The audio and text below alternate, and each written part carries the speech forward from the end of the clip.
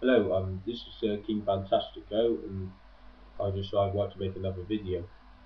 Um, this time I'm going to be talking a little bit today about Bible studies, how Bible studies are conducted, and what tools or books are actually tools that will be used to do these Bible studies when a Jehovah's Witness knocks on the door. Sorry, this was scratching me out. Um, yeah. Anyway, those of you that don't know me, just a quick review. Yeah, I used to be a Jehovah's Witness, so I've been around the faith for nearly 20 years. And that's about it, really. Don't want to talk about it anymore because it's just me now. It's come to that stage where the more I research and the more I look into it, the more it's just a cult. It's not a religion. It's just a cult. Well, actually, a destructive cult is the word that we use for it. We'll get into what that description means. But anyway, let's talk about Bible studies. Bible studies is what Jehovah's Witnesses use to sort of indoctrinate you into their beliefs. It's just a short way of explaining it. Bible studies, what they will ask you for if they come and knock on your door. They'll knock on your door and they'll ask you questions on the lines of something like, "Oh, do you see those stabbings that happened last week?" Or, "Oh, have you seen how the economy's gone bad recently? Oh my goodness me, that war that's going on." And then they'll ask you, "Is this really what God purposed for us?" No. Would you like to really know what God's purpose is? Um, if you do, would you like a free home Bible study which can give you all these satisfying answers? Then you'll go, "Yeah, yeah, all right. Yeah, I'll be up for a Bible study." Because after all, the Bible is a sacred book, it's the book of God, and it's a really good book to study. And you'll go, "Well, I didn't really understand the Bible, so yeah, I'd like to learn more about it, so why not?" I'll have a free home Bible study. It's that word, free. You see, these days, in the recession, in this age that we're in the moment where we're desperate to survive, we'll do whatever. We do a lot of things we do to survive that we wouldn't do before. Like, we're all struggling moment, like jobs is just hard to get. You have to graft, some people even have to grind on the streets to make the right pounds. I wouldn't do that, but people need to do that to make money these days. It's just, just like someone to judge a prostitute because they say she's wrong for doing what she does on the street, but at the end of the day, that's how they make their money. Because obviously they're on drugs and they need to make their drug money somehow. So why not spread their legs, get a quick change, buy their drugs, do their drugs until it's done, and then the process starts again. I know it's a bad thing. I wouldn't condone it at all. I don't condone it in the slightest. It's disgusting, but that's what happens. Anyway, back to this. When they want to give you this free Bible study, when they turn up at your door after whenever, they will they will say, "Are you ready for this Bible study?" So you'll come in. And then you sit down. They'll say a few prayer. They'll say a prayer, open up in prayer, and then something comes out. It's not the Bible, which will usually be sort of like a black book or a blue book, like thick book. It's a thin yellow book, and this is it. What does the Bible really teach? Alright, straight away. Is Straight away, it's the way that this front bit is written was suspect to me when I first seen this book myself. Because back when we were doing Bible studies, back when James Witness was younger, um, we didn't have AIDS. We didn't have. They call them AIDS, but see, I'm starting again. Just pure language rubbish, just indoctrination. But no, no, they're AIDS. We never had these. We had to compile stuff ourselves. You see, we had this basic book to give you an outline, but you had to compile it yourself. You had to actually use the Bible. Now you just use this book. It's pure laziness, actually. Actually, it's not really clever because it's an indoctrination book. Because, for instance, when you first read the book, look at it. Look at the way it really is written to the rest of it. It says, "What does the Bible really teach?" Well, it's almost like they're trying to get to you already. And we open up the book. and the content is just starts off with what is God's purpose, then it's the Bible, the truth about God, the Bible, a book from God, and then they talk about the ransom, which is Jesus, and then it all starts truth, then truth, then truth, and then we living in the last days. Briefly, Jehovah's Witnesses love to constantly preach about the end of days, the end of the system of things, according to Matthew 24 verses 15, 14 and 15, where it says, a witness will preach the word to all the nations, and then the end will come, or something like that. Even that scripture in serious. The Sadie opened up all this talk about the Great Tribulation. We all know about that, but I'll get into that in another video. Yeah, and then it says worship that God approves of, and then stand for true worship. I'm just going to briefly go through some of these chapters in order, but no, I'm not going to go through every chapter in order. You must just to highlight ones, just to show you how in this book the themes instantly, quickly change. For instance, is this what God purposed? It says, read any newspapers, look at television, or listen to radio. There are so many stories of crime, war, and terrorism. Perhaps illness, or the death of a loved one is causing you great distress. Yeah, all that's all kind of true, because yes, you do hear so many crime stories, but do you see what I said in the opening thing when they come knocking on your door? It's exactly what they're doing when they knock on your door. It's that same tactic. They use this, there's all this going on. Why? It's because it makes you, it puts you into that sort of emotional state of mind. So your subconscious will then start to pay attention and take things in.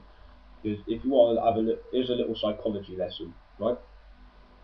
To take things in, to take things in through your mind into your subconscious, you have to pay attention to it, which is simple enough. So you see your eyes, they say seeing is believing, but if you look at something with your eyes, your brain, your subconscious won't take it in unless you have paid attention to it for a certain duration of time.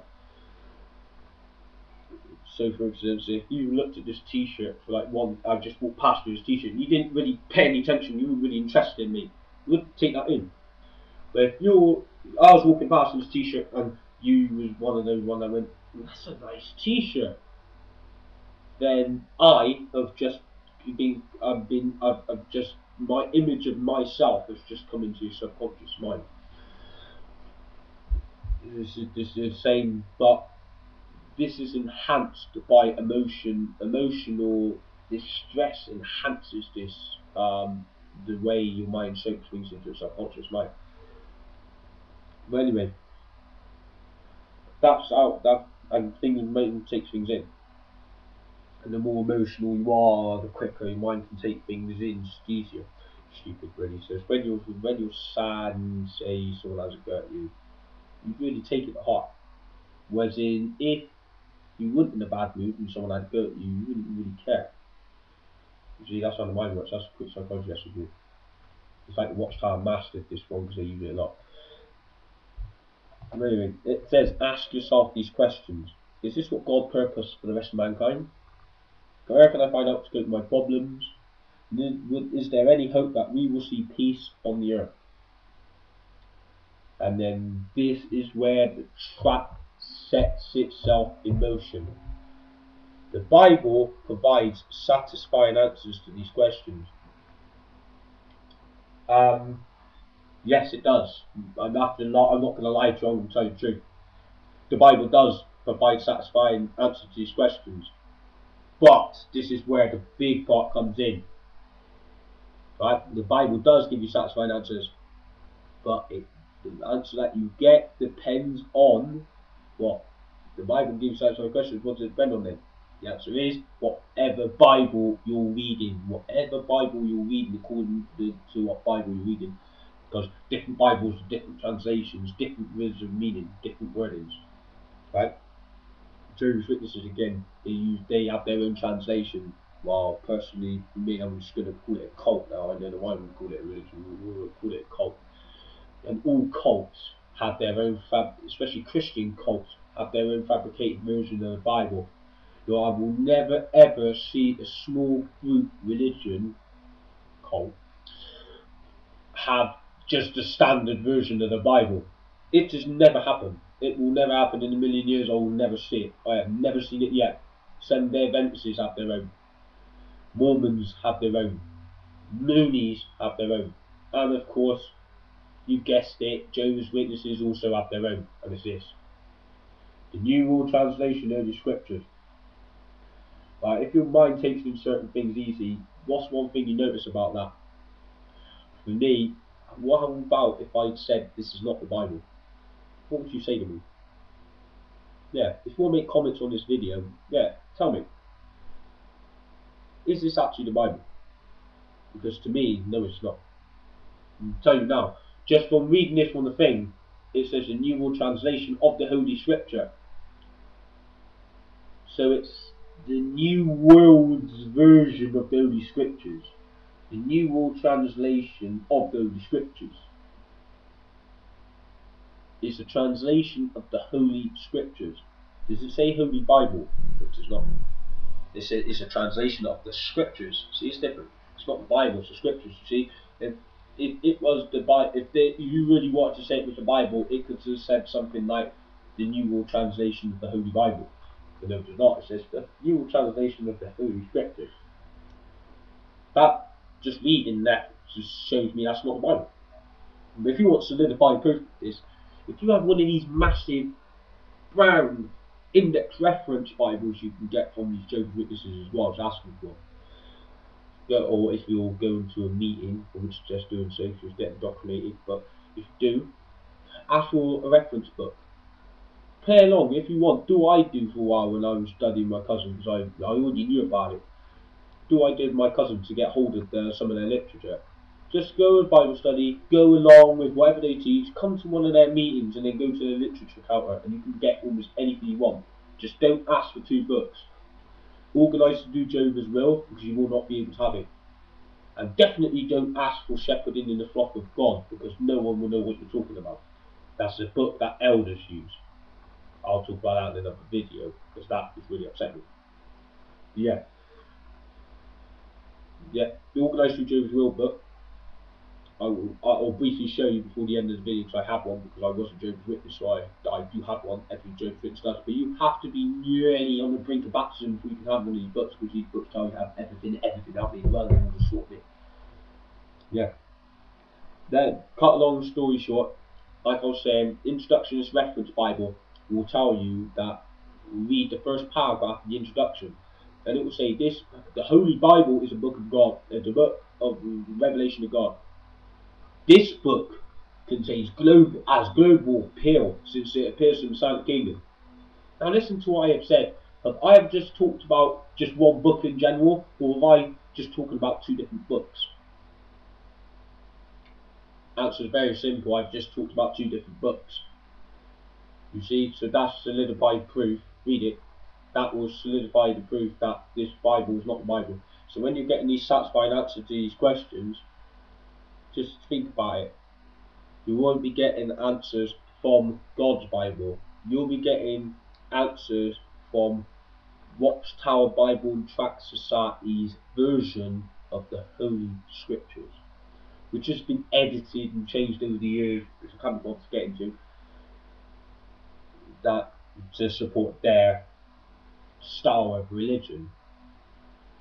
But even from just seeing in a broad perspective, just their own translation of the Bible just shows me that they're just a cult, because only a cult has their own version of the Bible. If you were a true Christian religion, you'd have a Bible that everybody reads. You will all have the same hymn sheet that everybody else has. You will have the same, pretty much the same Bible that everybody, general public, everybody, general persons will read, that have known about. So when a Jehovah's Witness comes up to you and wants to study you, do first with this book, and then with this book. You're not studying the Bible, you're not studying God's word, you're studying Watchtower's word. It couldn't be more obvious. Anyway, I'm going to do a part 2 of this, where I'm actually going to go through the Bible teach books. I think I've just rambled on a bit too much. But yeah, just bear that in mind. You will not study the Bible if you're studying with Jehovah's Witnesses.